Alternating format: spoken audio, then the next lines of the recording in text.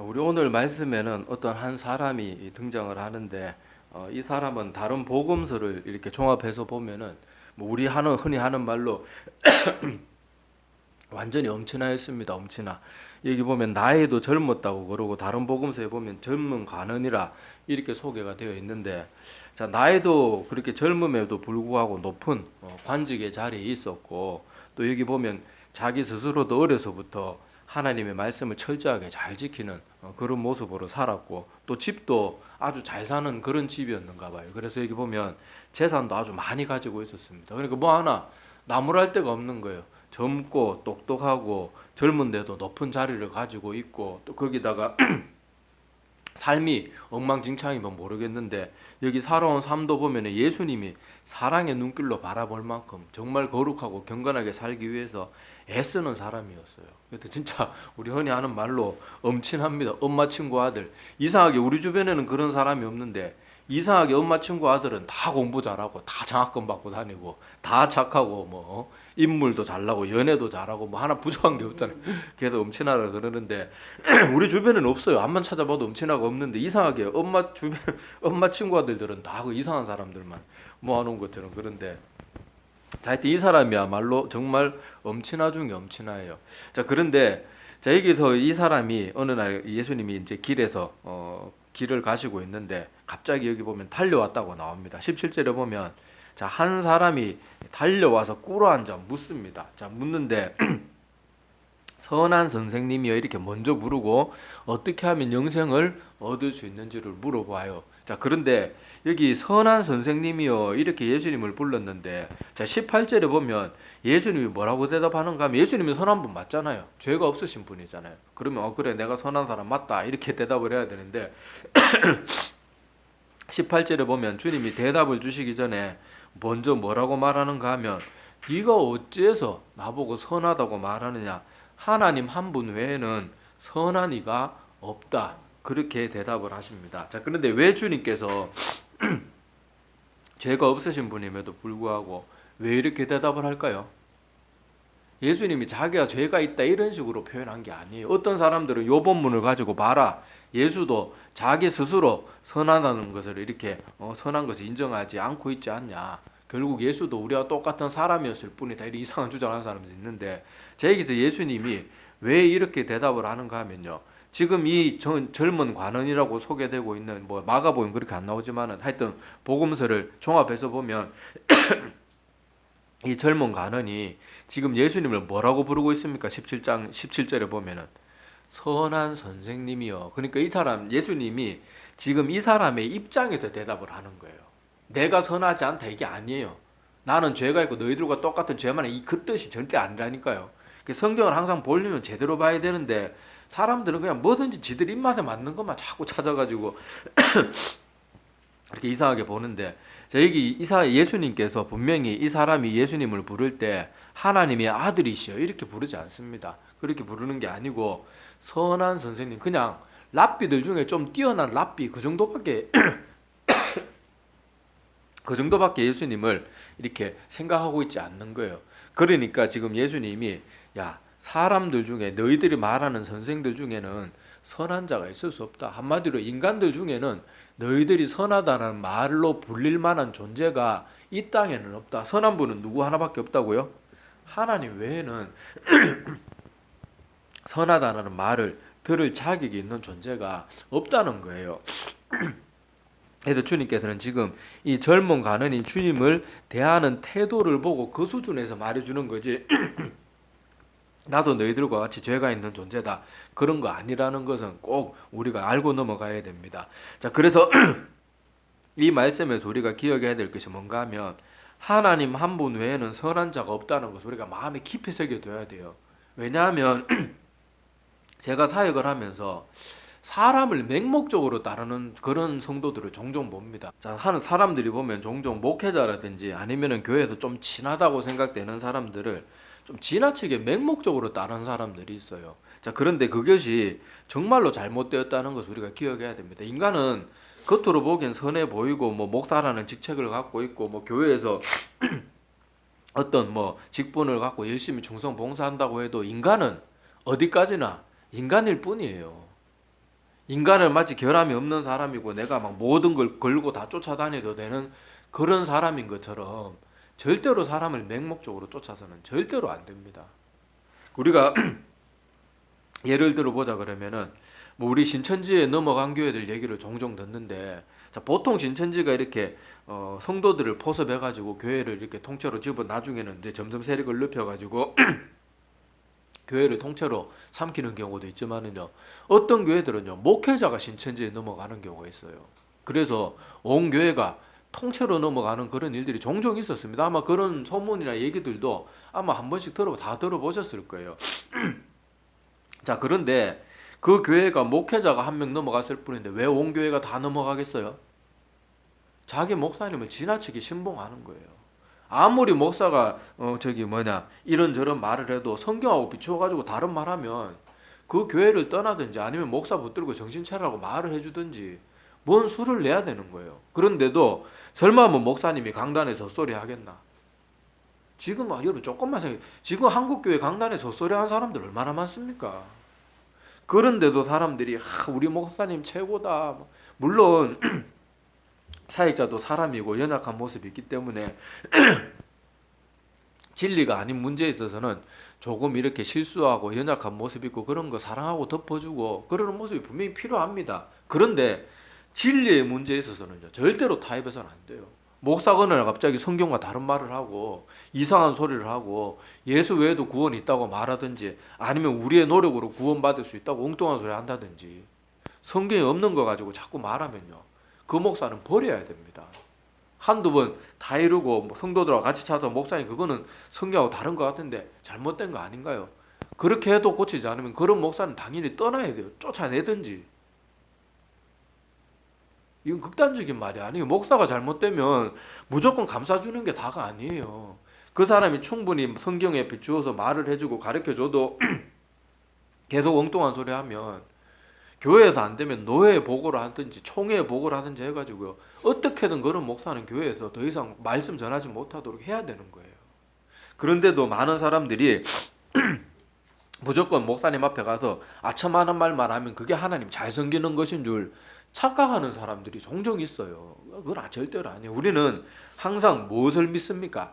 하나님과 하나님이 주신 말씀만을 믿는 자들이 되어야 되는 거예요. 그래서 여기 오늘 예수님이 직접 하신 말씀처럼 하나님 한 분 외에는 선한 자가 없다. 이 말을 꼭 기억해야 됩니다. 그리고 사람을 의지하고 목회자든 교회 좀 거룩해 보이는 성도든 간에 사람을 의지하는 사람은 반드시 곤란을 당하고요. 어려움을 당하고 실망을 당하고 상처를 받게 돼 있어요. 근데 그게 하나님 은혜예요. 우리가 사람 지나치게 쫓아다니다가 그 사람한테 된통당하고 상처받고 실망하는 게 은혜라니까요. 우리가 만약에 그렇지 않고 그 사람에 대해서 끝까지 맹목적으로 쫓다가 아까 말했던 그런 이상한 목회자 신천지 넘어갈 때 같이 넘어가면 그건 얼마나 안타까운 일이고 두려운 일이에요. 내가 사람을 지나치게 의지할 때 하나님은 반드시 그 사람을 떼어놓습니다. 목사님들 그런 얘기 많이 하잖아요. 뭐 개척하는 목사님들 얘기 들어보면은 막 저분만은 나 도와줄 거야. 저분만은 정말 나에게 할 거야. 그러면서 그 사람 지나치게 의지하고 막 그러다가 나중에는 결국 가장 나를 도와줄 것 같은 사람이 가장 큰 상처를 주고 떠나가는 일들을 많이 겪는다 그러잖아요. 그러면서 그런 것을 통해서 하나님만 의지하게 하는 거를 내가 하나님께로부터 훈련받았다. 뭐 그런 간증 우리 수도 없이 듣잖아요. 왜 그러겠어요? 우리가 신앙생활 할 때 절대로 사람 보는 거 아니에요. 사람들이 교회 나와서 하나님 안 보고 자꾸 사람 보니까 사람 때문에 상처받고 목사 때문에 아니 목사 마음에 안 들면 지금 대한민국에 교회가 얼마나 많은데 건강한 교회 찾아가면 되죠. 그 교회 굳이 있어야 될 이유가 뭐가 있어요? 왜 그렇게 바보 같은 짓들을 하는지 모르겠어요.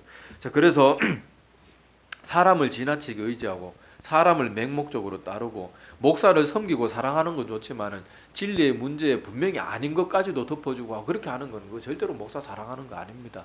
성경과 다른 말을 할 때는 반드시 말씀으로 따져보고 가서 물어보고 또 그게 내 스스로 판단이 안 서면 다른 건강한 목회자들한테 뭐 문의를 하든지 노예에 가서 문의를 하든지 하더라도 반드시 진리에 관한 문제는 반드시 바로잡고 넘어가야 돼요.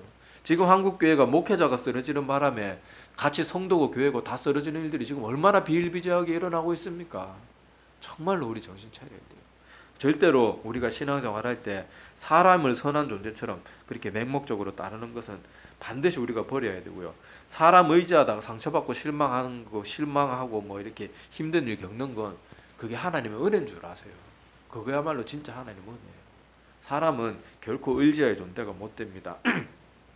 자, 다시 말씀으로 돌아가서요. 예수님이 내가 어떻게 나를 선하다 하냐, 하나님 한 분 외에는 선한 분이 없다. 이 말은 이 젊은 부자가 하는 눈높이에 맞춰서 대답해 줬다는 걸 꼭 기억해야 됩니다. 나는 죄가 있는 존재다. 이 말이 절대 아니에요. 자, 다시 본문의 말씀으로 돌아가서, 자, 이 젊은 가난이라는 사람은요, 뭐 엄친아처럼 뭐 하나 부족한 게 없지만은, 그리고 심지어 그의 관심사조차도 건전해요.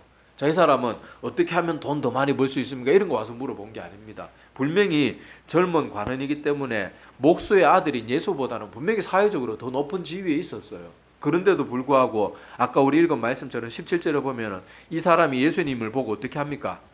달려왔다고 해요. 달려와가지고 어떻게 했다고 나와요? 꿇어 앉아가지고 그렇게 자기의 모든 것을 주님 앞에, 목수의 아들이고 나이 30밖에 안 된 예수 앞에 뭐 납작 엎드리는 거예요. 엎드리는 거. 그러니까 굉장히 이 영생에 대한 갈급한, 그러니까 영적인 일들에 대한 갈급함이 있었던 거예요. 참 모든 면에서 참 바람직하죠. 자, 그래서 그렇게 달려와서 또 꿇어 앉아가지고 묻는 게, 선한 선생님의 내가 무엇을 하여야 영생을 얻으리까, 이렇게 말하니까 예수님이 율법의 계명들을 말씀하십니다. 이런 것들을 지켜야 된다. 우리 흔히 저기 십계명에 나오는 우리 인간 사이에서 지켜야 될 율법들을 예수님이 이렇게 쭉 읊어줘요. 자, 그런데 이 청년이, 자, 여기 보니까 20절에 뭐라고 대답합니까? 선생님, 제가 그것은 어렸을 때부터 열심히 다 철저하게 지켰던 것들입니다. 자, 그렇게 대답을 하니까 21절에 보면 예수님이 그를 어떻게 봤다고 말씀하십니까? 예수께서 그를 보시고 사랑스럽게 보시는 거예요. 이걸 또 기억해 둬야 됩니다. 요새는 이상하게, 우리 옛날에 전통 기독교는 그러지 않았는데 이상하게 언젠가부턴가 우리 거룩하게 살아야 된다, 삶의 행위를 강조하면 자꾸 행위구원론이라고 몰아가요. 그게 아니란 말이에요. 하나님의 백성들이 착하고 바르게 사는 걸 왜 하나님이 싫어하겠어요? 성경이 계속 뭘 가르칩니까? 내가 거룩하니 너희도 거룩하라. 우리는 행함으로 구원받는 건 아니지만은 하나님의 백성은 반드시 행함이 있어야 돼요. 그게 성경의 가르침이에요.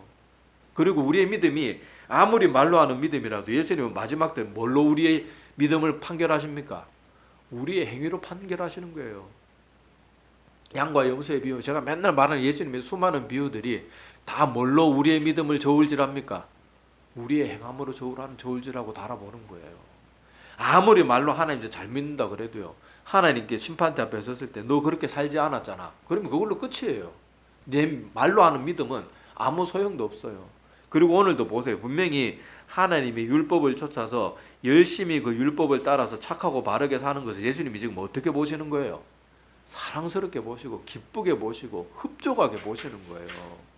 그런데 요새는 이상하게 사람들이 조금만 우리 바르게 살아야 됩니다, 열심히 살기 위해서 노력합니다 하면은 그 말이 듣기 싫으니까 저 목사 행위구원론자다, 알미니안주의자다 막 이러면서 막 극단으로 몰아가는 거예요. 우리 뭐 믿음으로만 구원받지 뭐 그러면서 자꾸 구원파 같은 이상한 교리를 자꾸 들이밀고 그렇게 하는데, 오늘 분명히 보란 말이에요.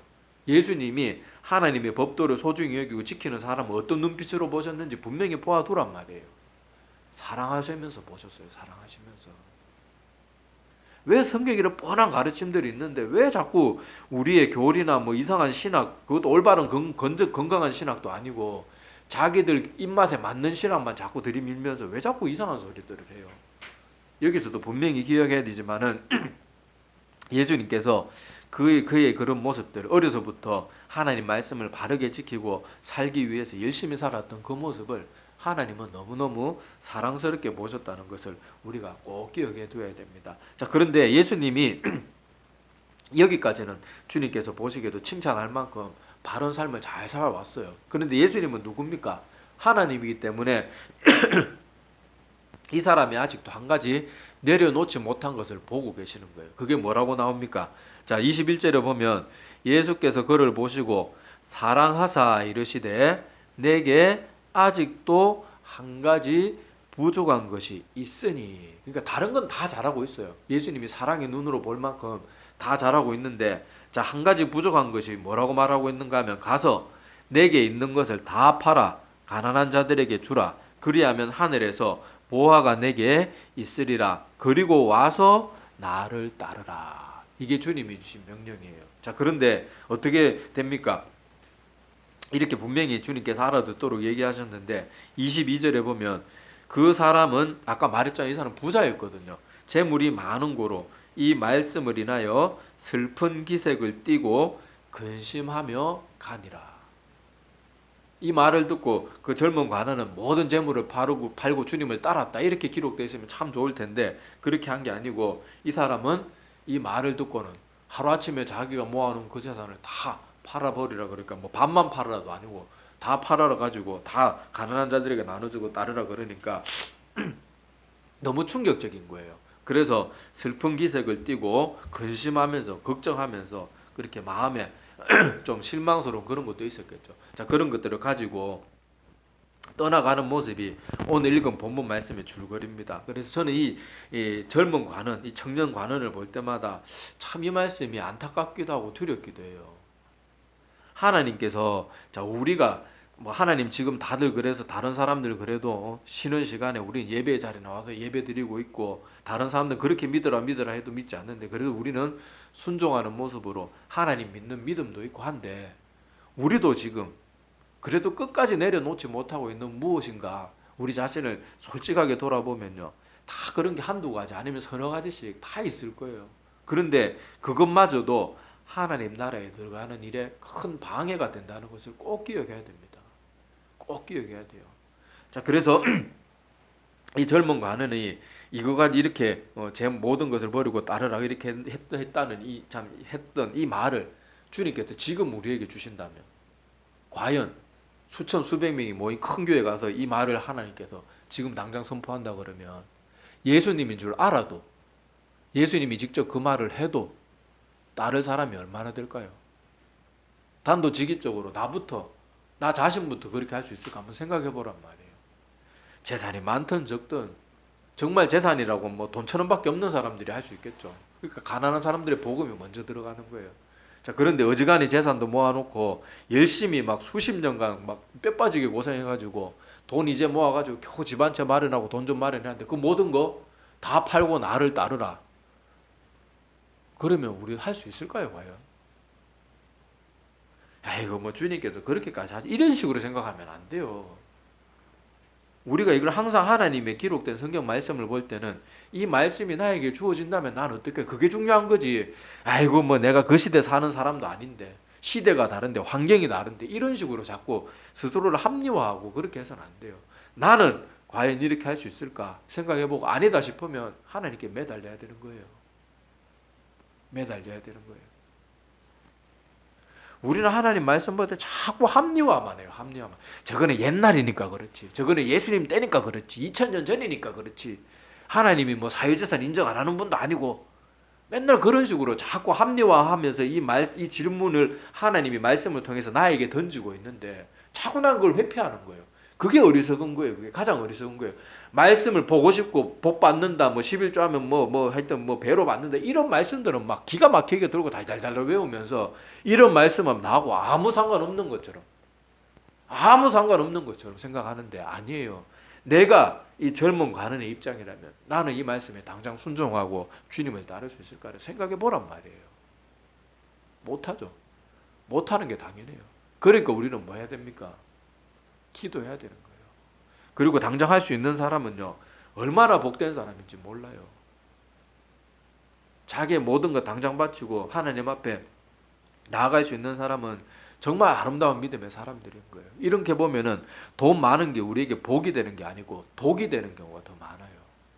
이런 것들도 우리가 좀 생각해 봐야 됩니다. 자, 그래서 여기 보면 이 젊은 관원은 주님께서 보시기에도 사랑스러울 만큼 모든 면에서 흠잡을 게 없었어요. 그런데 여기 말씀에도 분명히 예수님이 뭐라 그랬어요? 너는 그거 외에도 여러 가지가 부족하다 그러지 않아요. 너는 딱 한 가지가 부족하다.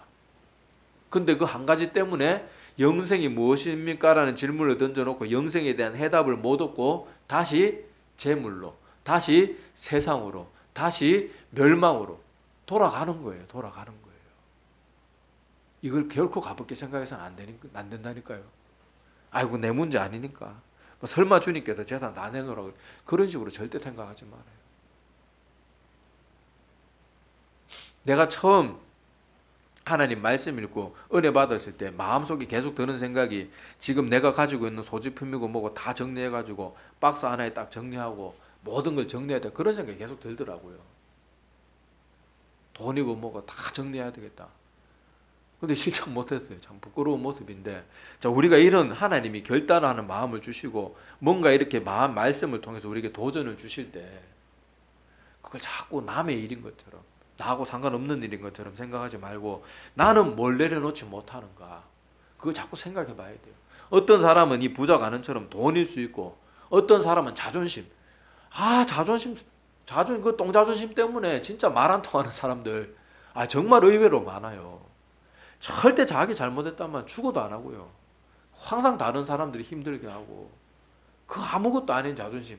또 어떤 사람은 육신의 정욕일 수도 있고, 또 어떤 사람들은 입을 가만히 질 못해. 입을 가만히 질 못해. 그리고 어떤 사람들은 아까도 말했다시피 사람 없이는 막 죽으려고 그래요. 다른 사람들로 대화 못하고 다른 사람 못 만나면 마치 지구가 두 쪽 나는 것처럼 사람을 그렇게 만나는 걸 좋아하고 그렇게 하는 사람들이 또 있어요. 다들 우리가 이런 말씀에 비춰보면 우리가 하나님 앞에서 여전히 하나님 믿기 때문에 많은 것 포기한 건 분명히 맞아요. 그리스도인이 되기 위해서 우리 많은 걸 포기해야 됩니다. 남들 다 쉬는 주일날 우리 교회 나와서 예배 드리잖아요. 또 남들 다 막 온갖 악한 말 하고 막 자기들 멋대로 살아. 우리는 그런 거 조심하고 우리가 그런 것들을 어떻게든 안 하려고 하고 남들처럼 막 뭐 우리도 뭐 즐기고 싶지 않은 사람이 어디 있겠어요. 그런데도 하나님의 백성이기 때문에 우리는 많은 걸 내려놓습니다. 그런데 중요한 건 우리가 그렇게 많은 걸 희생해도 솔직하게 우리의 가슴에 손을 얹고 우리 자신을 가만히 들여다보면 우리 여전히 내려놓지 못하는 것들이 분명히 한두 가지, 서너 가지, 어떤 사람은 또 많은 그런 수를 분명히 가지고 있을 수 있단 말이에요. 그것을 우리가 하나님 앞에 내어놓고 하나님 이거 도저히 제 결심만 가지고 정말 안 됩니다. 하나님 저 좀 제발 도와주세요. 계속해서 하나님 앞에서 절대로 멀어져서는 안 돼요. 자, 우리 다음 시간에 또 살펴보겠지만은요. 자, 마가복음 오늘 10장 26절과 27절을 한번 보세요. 예수님이 요 뒤에 이어지는 말씀이 뭐 부자가 천국에 들어가는 것은 낙타가 바늘귀로 지나가는 것보다 더 힘들다. 뭐 그런 이렇게 비유의 말씀을 하시는데, 자, 그러면 도대체 누가 구원받을 수 있습니까? 마가복음 10장 26절에 제자들이 놀라가지고 서로 말하면서 그렇게 하고 벙쪄가지고 있는 거예요. 자, 그런데 27절 예수님께서 뭐라고 대답하는가 하면 예수께서 그들을 보시며 이르시되 사람으로는 할 수 없으되 누가는 할 수 있어요? 하나님으로는 그렇지 아니하니 하나님으로서는 다 하실 수 있느니라.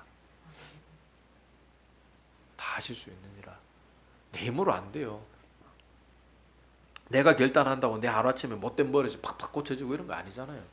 물론 은혜 받고 단번에 고쳐지는 것들도 많이 있습니다. 그런데 끝까지 잘 안 되는 것도 분명히 많이 있단 말이에요. 그럴 때 우리가 뭐 하라는 거예요? 인간은 못하니까, 하나님으로서는 못할 게 없으니까 네 스스로 하려는 것을 내려놓고 하나님께 자꾸 나가라는 거야. 하나님께. 우리가 오늘 이 말씀들을 우리가 오늘 이 부자 간의 모습을 통해서 우리의 모습을 한번 좀 진지하게 돌아봤으면 좋겠어요. 다시 또 반복해서 말씀드리지만은 절대 이거는 나와 상관없고 2000년 전에 이 부자 가난에게나 해당되지 이렇게 생각해서는 안 되고, 나도 똑같이 그 입장에 들어가서 나는 어떻게 할까? 아마 다들 바람직한 대답을 못 할 거예요. 그러면 두려워해야 돼요. 내가 그까지 돈 때문에 그 돈 때문에 내가 하나님의 천국보다 돈이 더 소중하게 여기고 있구나. 내가 아직 이거밖에 안 되는구나. 깨달아야 된다니까요. 깨달아야 된다니까요. 그래서 자꾸 물질에 의지하고 뭐 이것저것 의지하고 이런 의지하는 것들을 자꾸 내려놔야 돼요. 자꾸 내려놔야 돼요.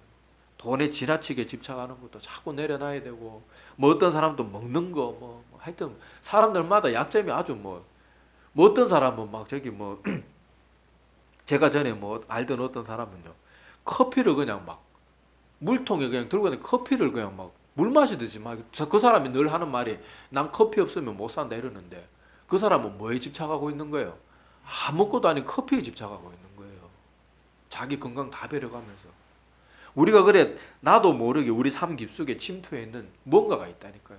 그런 것들까지도 우리가 하나님 앞에 다 내려놓아야지, 별것도 아닌 것 때문에, 아무것도 아닌 것 때문에 내가 하나님의 나라에 들어가는 길에 그 문턱에 거치는 것이 되고 장애물이 되어서는 안 되잖아요. 그것을 내 입만으로 치울 수 없기 때문에 하나님께 계속 기도해서 그런 것을 자꾸 치워나가고, 예수님께서는 우리를 구원하시기 위해서 자기 생명까지 우리를 위해서 다 내어주셨잖아요. 그러면 우리도 하나님 나라에 들어가기 위해서, 하나님의 자녀가 되기 위해서 어떻게 해야 되겠어요? 우리도 예수님이 우리를 위해서 모든 것 다 주셨던 것처럼 우리도 주님 앞에 모든 것 다 내려놓아야 되는 거예요. 그래야 공평하죠. 그렇다고 주님이 막 우리에게 매일 무리한 요구하는 거 아니잖아요. 그런데 항상 이런 말씀들을 보면서 나와 상관없는 말로 생각해서는 안 되고, 나는 저 입장이 되었다 그러면 나도 영생을 뒤로하고 돈 때문에 슬픈 모습으로 걱정하면서 돌아가는, 나머지 다른 거 다 잘했는데, 신앙생활도 잘하고 교회 생활도 잘하고 충성봉사도 잘하고 다 잘했는데 돈 하나 못 버려서, 인간관계 하나 못 버려서, 말하는 거 좋아하는 거 말 못 버려서, 이런저런 거 못 버려서 결국 하나님 나라에 등지게 되면 얼마나 안타까운 모습입니까? 그러니까 절대로 그래서는 안 되고, 하나님 앞에 우리가 늘 매달리고 오늘 말씀을 기억하면서, 하나님 저에게 이런 약점들이 있습니다. 제 힘으로 이렇게 오랜 시간 노력해봐도 잘 안 됩니다. 하나님 꼭 고쳐주시고, 주님은 십자가에서 우리를 위해서 마지막 피 한 방울까지, 물 한 방울까지 다 쏟으셨는데, 우리도 주님 앞에 모든 것 내어놓고 구원받는 그 길을 당당하게 걸어갈 수 있도록 우리도 하나님 앞에 모든 것 내려놓을 수 있고, 사도 바울이 그랬던 것처럼 예수 그리스도의 십자가 외에는 모든 것을 배설물과 같이 여기는 그런 믿음의 사람들이 다 되게 도와주시옵소서. 그렇게 기도하면서 바른 신앙의 길을 걸어가는 우리 모두가 되기를 소망합니다. 예, 기도드리겠습니다.